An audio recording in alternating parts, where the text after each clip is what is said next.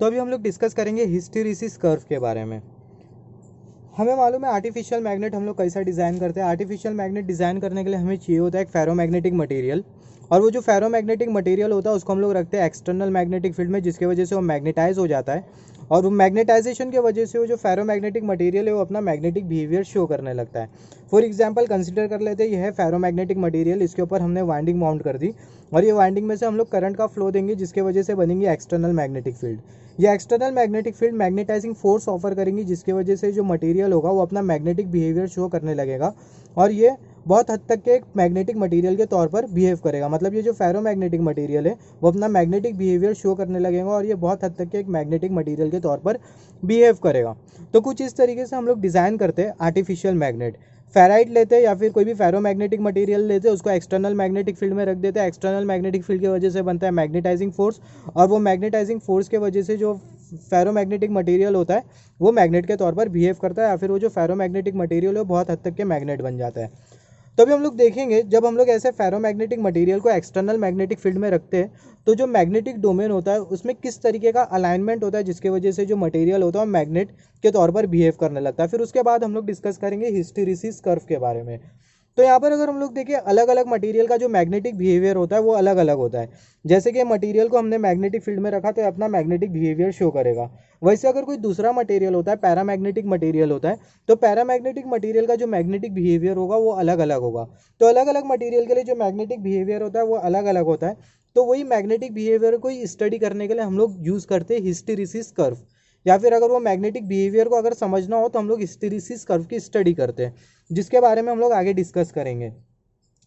तो हम लोग सबसे पहला कंसीडर कर लेते हैं नॉन मैग्नेटिक मटेरियल या फिर फेरोमैग्नेटिक मटेरियल। यहाँ पर हमने कंसीडर किया ये है नॉन मैग्नेटिक मटेरियल, और ये जो नॉन मैग्नेटिक मटेरियल के जो मैग्नेटिक डोमेन है वो ये ऑरेंज कलर के एरोज इंडिकेट कर रहे हैं। तो यहाँ पर अगर हम लोग देखें, जो मैग्नेटिक डोमेन है वो रैंडम डायरेक्शन में अलाइन है। हमें मालूम है मैग्नेटिक डोमेन का मतलब क्या होता है। ये जो मैग्नेटिक डोमेन है वो रैंडम डायरेक्शन में अलाइन है, जिसकी वजह से जो नेट मैग्नेटिक इफेक्ट होगा ये मटेरियल का वो जीरो होगा। अभी हम लोग क्या करेंगे, जो मटेरियल होगा इसको हम लोग रख देंगे एक्सटर्नल मैग्नेटिक फील्ड में। तो जब हम लोग एक्सटर्नल मैग्नेटिक फील्ड में ये मटेरियल को रखेंगे तो क्या होगा, ये जो मटेरियल होगा ये मटेरियल के जो मैग्नेटिक डोमेन होंगे वो अपने आप को अलाइन कर लेंगे एक्सटर्नल मैग्नेटिक फील्ड के डायरेक्शन में। तो हम लोग मान लेते हैं जो एक्सटर्नल मैग्नेटिक फील्ड का जो डायरेक्शन है वो लेफ्ट हैंड साइड से राइट हैंड साइड की तरफ। यहाँ पे डायरेक्शन कंसीडर करना बहुत इंपॉर्टेंट है। अगर हम लोग डायरेक्शन कंसीडर करते हुए कॉन्सेप्ट को समझते हैं तो कॉन्सेप्ट बहुत हद तक के आसान हो जाता है। तो यहाँ पर हमने जो मैग्नेटिक फील्ड का जो डायरेक्शन है वो हमने कंसीडर किया लेफ्ट हैंड साइड से राइट हैंड साइड की तरफ। तो यहाँ पर अगर हम लोग देखें, जो मैग्नेटिक डोमेन हो गए वो अपने आप को अलाइन कर लेंगे लेफ्ट हैंड साइड से राइट हैंड साइड की तरफ। मगर यहाँ पर देखिए, जो मैग्नेटिक डोमेन का जो अलाइनमेंट है, सारे के सारे मैग्नेटिक डोमेन अपने आप को अलाइन नहीं करे एक्सटर्नल मैग्नेटिक फील्ड में। कुछ ही मैग्नेटिक डोमेन अपने आप को अलाइन कर चुके हैं एक्सटर्नल मैग्नेटिक फील्ड के डायरेक्शन में। तो उसके बाद भी जो मटेरियल होगा वो एक मैग्नेटिक मटेरियल के तौर पर बिहेव करेगा, या फिर हम लोग बोल सकते हैं जो फेरोमैग्नेटिक मटेरियल होगा या फिर जो नॉन मैग्नेटिक मटेरियल होगा वो कुछ हद तक के मैग्नेट बन जाएगा। और इसका ये वाला जो एंड होगा वो इंडिकेट करेगा साउथ पोल, और ये वाला जो एंड है वो इंडिकेट करेगा नॉर्थ पोल। अभी हम लोग क्या करेंगे, एक्सटर्नल मैग्नेटिक फील्ड का डायरेक्शन चेंज कर देंगे।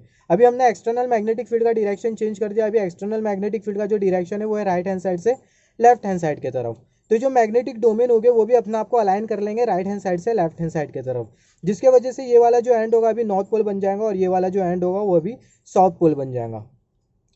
तो यहाँ पर अगर हम लोग देखें पूरे प्रोसेस में, जब हम लोग मैग्नेटिक फील्ड का डायरेक्शन चेंज करेंगे, यहाँ पर मैग्नेटिक फील्ड का डायरेक्शन राइट हैंड साइड की तरफ है, यहाँ पर मैग्नेटिक फील्ड का डायरेक्शन लेफ्ट हैंड साइड की तरफ है।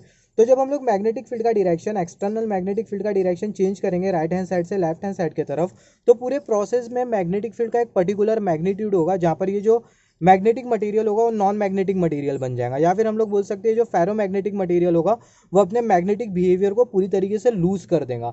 और वो जो पर्टिकुलर पॉइंट होता है मैग्नेटिक फील्ड का उसको हम लोग बोलते हैं पॉइंट ऑफ कोएर्सिविटी, जिसके बारे में आगे हम लोग डिस्कस करेंगे। अगर हम लोग देखें ये जो मैग्नेटिक डोमेन है, अगर हम लोग ध्यान से देखें जो मैग्नेटिक डोमेन है, सारे के सारे magnetic domain external magnetic field के डायरेक्शन में अलाइन नहीं है। अभी हम लोग क्या करेंगे, एक्सटर्नल मैग्नेटिक फील्ड का जो मैग्नीट्यूड है उसको हम लोग इंक्रीज करेंगे। तो जब हम लोग एक्सटर्नल मैग्नेटिक फील्ड का जो मैग्नीट्यूड इंक्रीज करेंगे तो जो मैग्नेटिक डोमेन होंगे वो अपने आप को अलाइन करने की कोशिश करेंगे। मतलब जितने भी जो मैग्नेटिक डोमेन है पूरे के पूरे मैग्नेटिक डोमेन, या फिर वो वाले मैग्नेटिक डोमेन जो कि रैंडम डायरेक्शन में, अलग अलग डायरेक्शन में, एक्सटर्नल मैग्नेटिक फील्ड के डायरेक्शन में नहीं है, तो वाले भी जो मैग्नेटिक डोमेन होंगे वो अपने आप को अलाइन करने की कोशिश करेंगे एक्सटर्नल मैग्नेटिक फील्ड के डायरेक्शन में। और एक पर्टिकुलर पॉइंट होगा मैग्नेटिक फील्ड का जैसे कि मैंने बोला एक्सटर्नल मैग्नेटिक फील्ड का मैग्नीट्यूड हम लोग इंक्रीज करेंगे, जिसकी वजह से मैग्नेटिक डोमेन अपने आप को अलाइन करेंगे एक्सटर्नल मैग्नेटिक फील्ड के डायरेक्शन में। और एक पर्टिकुलर पॉइंट होगा एक्सटर्नल मैग्नेटिक फील्ड का, वो पर्टिकुलर पॉइंट पे जितने भी जो मैग्नेटिक डोमेन हो गए वो अपने आप को पूरी तरीके से अलाइन कर लेंगे एक्सटर्नल मैग्नेटिक फील्ड के डायरेक्शन में। या फिर हम लोग बोल सकते हो मैग्नेटिक फील्ड के पर्टिकुलर पॉइंट के लिए जो मैग्नेटिक डोमेन का जो अलाइनमेंट होगा वो होगा मैक्सिमम पॉसिबल अलाइनमेंट। उसके बाद ये जो मैग्नेटिक डोमेन हो गए अपना आपको और अलाइन नहीं कर पाएंगे, और वो जो पर्टिकुलर पॉइंट होगा मैग्नेटिक फील्ड का, वो पर्टिकुलर पॉइंट होगा जहाँ पर ये पूरे के पूरे डोमेन अपने आपको पूरी तरीके से एक्सटर्नल मैग्नेटिक फील्ड के डायरेक्शन में अलाइन कर लेंगे। वो जो पर्टिकुलर पॉइंट होगा उसको हम लोग बोलते हैं सैचुरेशन पॉइंट। सैचुरेशन पॉइंट के बाद अगर हम लोग एक्सटर्नल मैग्नेटिक फील्ड का मैग्नीट्यूड अगर हम लोग इंक्रीज करते भी है तो जो मैग्नेटिक डोमेन हो गए वो अपने आप को अलाइन नहीं कर पाएंगे, क्योंकि सैचुरेशन पॉइंट पर ये जितने भी जो मैग्नेटिक डोमेन होते हैं वो अपनी मैक्सिमम पॉसिबल अलाइनमेंट को अटेन कर लिए होते हैं। इसको हम लोग दूसरे वर्ड्स में भी बोल सकते हैं, जैसे कि हमने एक्सटर्नल मैग्नेटिक फील्ड का मैग्नीट्यूड इंक्रीज किया तो जो ये जो मटेरियल का जो मैग्नेटाइजेशन होगा वो इंक्रीज करेगा, या फिर हम लोग बोल सकते हैं जो मटेरियल है अपना मैग्नेटिक बिहेवियर इंक्रीज करेगा। हम लोग एक्सटर्नल मैग्नेटिक फील्ड को इंक्रीज करते जाएंगे, जिसके वजह से जो मटेरियल का जो मैग्नेटाइजेशन होगा वो भी इंक्रीज करते जाएगा। और एक पर्टिकुलर पॉइंट पर ये जो मटेरियल का जो मैग्नेटाइजेशन होगा वो मैक्सिमम होगा। उसके बाद अगर हम लोग एक्सटर्नल मैग्नेटिक फील्ड को अगर हम लोग इंक्रीज करेंगे भी तो ये जो मटेरियल होगा वो और मैग्नेटाइज नहीं हो पाएगा, और वो जो पर्टिकुलर पॉइंट होता है उसको हम लोग बोलते हैं पॉइंट ऑफ सैचुरेशन। तो जितना भी हमने डिस्कस किया अभी इसको हम लोग समझेंगे ये कर्व के हेल्प से। तो अभी हम लोग क्या करेंगे, हम लोग ये सेम कंडीशन कंसीडर करेंगे। हमने कंसीडर किया फेरोमैग्नेटिक मटेरियल, और ये फेरोमैग्नेटिक मटेरियल को हमने एक्सटर्नल मैग्नेटिक फील्ड में रखा जिसकी वजह से ये मैग्नेटाइज हो गया, और हमने एक्सटर्नल मैग्नेटिक फील्ड का जो मैग्नीट्यूड है वो इंक्रीज किया जिसकी वजह से जो मटेरियल है वो अपने सैचुरेशन पॉइंट तक के पहुंच गया। तो वो पूरी जो कंडीशन है वो हमें ये ओ ए कर्व इंडिकेट कर रही है, ओ ए कर्व इंडिकेट करिए। ओ ए कर्व हमें इंडिकेट कर रही है कि जो फेरोमैग्नेटिक मटेरियल है इसको हमने एक्सटर्नल मैग्नेटिक फील्ड में रखा और इसके मैग्नीट्यूड को हमने इंक्रीज किया, और एक पर्टिकुलर पॉइंट पर ये जो मटेरियल है वो अपने सैचुरेशन पॉइंट तक के पहुंच गया, और वो जो पॉइंट है वो है पॉइंट ए। जो पॉइंट ए है वो हमें इंडिकेट कर रहा है सैचुरेशन पॉइंट। अभी हम लोग क्या करेंगे, एक्सटर्नल मैग्नेटिक फील्ड को सीधा जीरो कर देंगे।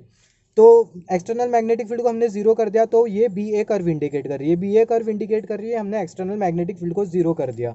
यहाँ पर अगर हम लोग देखें पॉइंट बी पर जो एक्सटर्नल मैग्नेटिक फील्ड है वो जीरो है।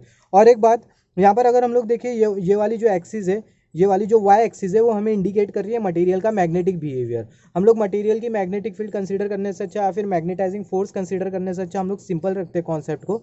ये जो बी है वो इंडिकेट कर रही है मटेरियल का मैग्नेटिक बिहेवियर, और जो एच है वो हमें इंडिकेट कर रहा है external magnetic field instead of considering magnetising force. तो जो एच है वो हमें इंडिकेट कर रहा है एक्सटर्नल मैग्नेटिक फील्ड, और जो बी है वो हमें इंडिकेट कर रहा है मैग्नेट का जो मटेरियल है उसका मैग्नेटिक बिहेवियर।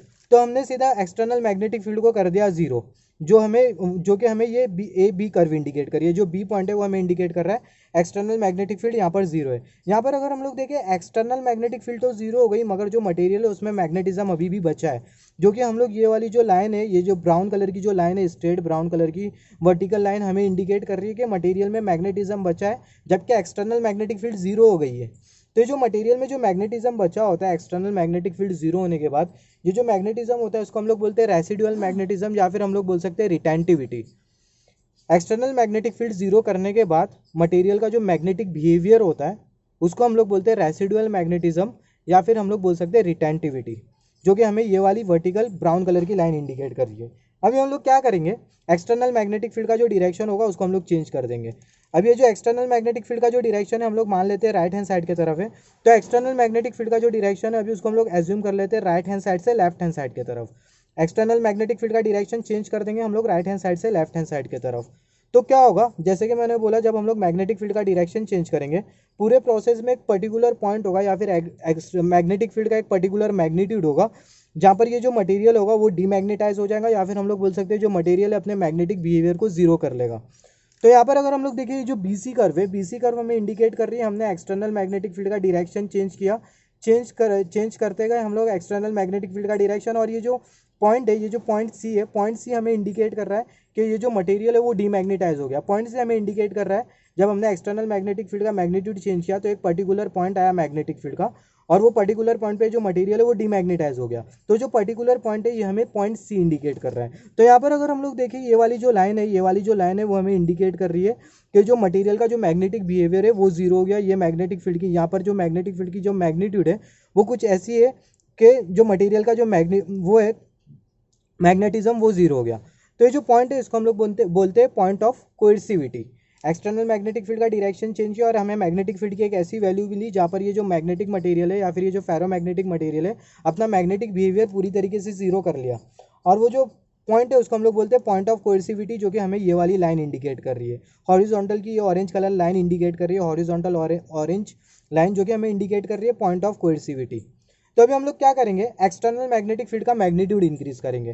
तो जब हम लोग एक्सटर्नल मैग्नेटिक फील्ड का मैग्नीट्यूड इंक्रीज करेंगे तो क्या होगा, तो जब हम लोग मैग्नीट्यूड इंक्रीज करेंगे तो ये जो डोमेन हो गए अपने आप को अलाइन करने की कोशिश करेंगे और जो सारे डोमेन हो गए वो अपने आप को अलाइन करने की कोशिश करेंगे और मैक्सिमम पॉसिबल अलाइनमेंट तक के पहुंचेंगे। या फिर अगर दूसरे वर्ड में बोलूँ, जब हम लोग मैग्नेटिक फील्ड का मैग्नीट्यूड इंक्रीज करेंगे तो ये जो मटेरियल होगा वो मैग्नेटाइज होगा और एक पर्टिकुलर पॉइंट के बाद अपनी सैचुरेशन पॉइंट तक के पहुंच जाएगा, जो कि हमें ये सी डी कर्व इंडिकेट कर रही है। ये जो सी डी कर्व है हमें इंडिकेट कर रही है कि जो एक्सटर्नल मैग्नेटिक फील्ड है उसका हम लोग मैग्नीट्यूड इंक्रीज कर रहे हैं। एक्सटर्नल मैग्नेटिक फील्ड का मैग्नीट्यूड इंक्रीज करने की वजह से मटेरियल का जो मैग्नेटाइजेशन है वो भी इंक्रीज कर रहा है और ये पॉइंट डी पर आके मटेरियल सैचुरेशन पॉइंट पर आ जाता है। इसके बाद अगर हम लोग एक्सटर्नल मैग्नेटिक फील्ड अगर इंक्रीज करते भी है तो जो मटेरियल होगा और मैग्नेटाइज नहीं हो पाएगा और ये जो पॉइंट डी है वो हमें इंडिकेट कर रहा है पॉइंट ऑफ सैचुरेशन। अभी हम लोग क्या करेंगे, एक्सटर्नल मैग्नेटिक फील्ड को फिर से कर देंगे जीरो। एक्सटर्नल मैग्नेटिक फील्ड को हम लोग फिर से कर देंगे जीरो, जिसके वजह से होगा क्या, मटेरियल में कुछ मैग्नेटिज्म बचा रहेगा जिसको हम लोग बोलते हैं रेसिडुअल मैग्नेटिज्म। तो वो जो कंडीशन है वो हमें ये डी ओ कर्व इंडिकेट कर रही है। ये जो डी ओ कर्व हमें इंडिकेट कर रही है, हमने एक्सटर्नल मैग्नेटिक फील्ड जीरो कर दिया मगर मटेरियल में मैग्नेटिज्म बचा है, जो कि हम लोग ये वाली जो लेंथ है उससे हम लोग एज्यूम कर सकते हैं मटेरियल में मैग्नेटिज्म बचा है, जिसको हम लोग बोल सकते हैं रेसिडुअल मैग्नेटिज्म। अभी हम लोग क्या करेंगे, फिर से जो मैग्नेटिक फील्ड का जो डायरेक्शन है उसको हम लोग चेंज करेंगे। जैसे कि हमने यहाँ पे क्या किया था, हमने एक्सटर्नल मैग्नेटिक फील्ड को यहाँ पर जीरो कर दिया था, फिर यहाँ से हमने मैग्नेटिक फील्ड का डायरेक्शन चेंज किया था। सिमिलरली यहाँ पर हमने एक्सटर्नल मैग्नेटिक फील्ड का जो मैग्नीट्यूड है उसको हमने जीरो कर दिया, एक्सटर्नल मैग्नेटिक फील्ड को जीरो कर दिया। अभी हम लोग यहाँ से जो मैग्नेटिक फील्ड का जो डायरेक्शन है उसको चेंज करेंगे। यहाँ पर अभी जो मैग्नेटिक फील्ड का जो डायरेक्शन है वो लेफ्ट हैंड साइड की तरफ है, तो अभी हम लोग मैग्नेटिक फील्ड का जो डायरेक्शन है लेफ्ट हैंड साइड से राइट हैंड साइड की तरफ कंसीडर करेंगे। तो होगा क्या, जब मैग्नेटिक फील्ड को जब हम लोग चेंज करेंगे, मैग्नेटिक फील्ड का डायरेक्शन चेंज करेंगे तो क्या होगा, एक पर्टिकुलर पॉइंट आएगा मैग्नेटिक फील्ड का जहाँ पर जो मटेरियल होगा वो अपने मैग्नेटिज्म को पूरा लूज कर देगा, या फिर बोल सकते हैं मटेरियल डीमैग्नेटाइज हो जाएगा। और वो जो पॉइंट है उसको हम लोग बोलते हैं पॉइंट ऑफ कोएर्सिविटी, जो कि हमें ये ओ एफ कर्व इंडिकेट कर रही है। ओ एफ कर्व हमें इंडिकेट कर रही है, हमने एक्सटर्नल मैग्नेटिक फील्ड का जो मैग्नीट्यूड है उसको, जो एक्सटर्नल मैग्नेटिक फील्ड है उसके डायरेक्शन को हमने चेंज कर दिया, डायरेक्शन को हमने चेंज किया और करते करते करते करते यहाँ पर हमें मिल जाती है मैग्नेटिक फील्ड की वो वैल्यू जहाँ पर ये जो मटेरियल है पूरी तरीके से डीमैग्नेटाइज हो जाता है, जिसको हम लोग बोलते हैं पॉइंट ऑफ कोएर्सिविटी, जिसको हम लोग बोलते हैं पॉइंट ऑफ कोएर्सिविटी।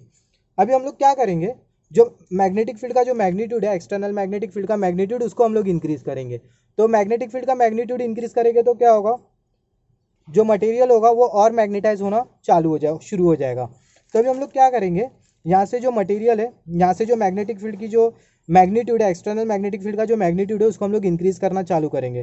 तो जब हम लोग एक्सटर्नल मैग्नेटिक फील्ड के मैग्नीट्यूड को इंक्रीज करेंगे तो जो मटेरियल होगा वो मैग्नेटाइज होते जाएगा और ये पर्टिकुलर पॉइंट पर ये मटेरियल का जो मैग्नेटाइजेशन होगा वो मैक्सिमम हो जाएगा और जो मटेरियल होगा वो सैचुरेशन पॉइंट तक के पहुँच जाएगा। तो कुछ इस तरीके से हम लोग स्टडी कर सकते हैं हिस्टेरिसिस कर्व को।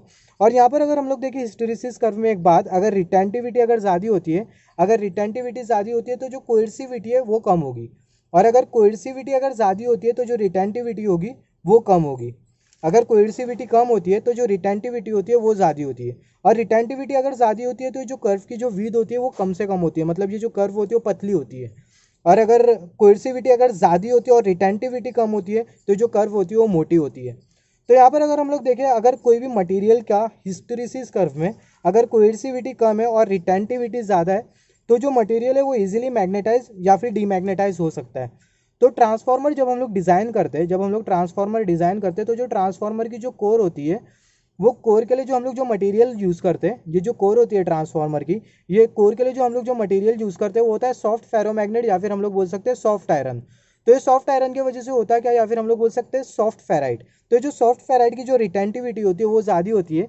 इसकी रिटेंटिविटी ज़्यादा होने की वजह से क्या होता है कि जो फेराइट होता है वो इजीली मैग्नेटाइज हो जाता है और डीमैग्नेटाइज हो जाता है, जिसकी वजह से जो मैग्नेटिक कपलिंग होती है वो बहुत अच्छी तरीके से होती है। और यही रीज़न होता है कि हम लोग सॉफ्ट फेरोमैग्नेटिक मटेरियल क्यों यूज़ करते हैं इलेक्ट्रिकल मशीन्स में। तो कुछ इस तरीके से हम लोग हिस्टेरिसिस कर्व का यूज़ करते हुए जो मटेरियल का जो मैग्नेटिक बिहेवियर है उसकी स्टडी कर सकते हैं। और जैसे कि मैंने बोला, अगर कोई मटेरियल की कोएर्सिविटी रिटेंटिविटी कम होती है तो उसकी कोएर्सिविटी ज़्यादा होती है और जो कर्व बनती है वो मोटी बनती है। सिमिलरली अगर कोई मटेरियल की अगर कोएर्सिविटी अगर कम होती है तो उसकी रिटेंटिविटी ज़्यादा होती है। रिटेंटिविटी ज़्यादा होने की वजह से जो मटेरियल होता है वो ईजिली मैग्नेटाइज और डीमैग्नेटाइज हो पाता है। तो कुछ इस तरीके से हिस्टेरिसिस कर्व का यूज़ करते हुए जो मटेरियल का जो मैग्नेटिक बिहेवियर है वो हम लोग स्टडी कर सकते हैं।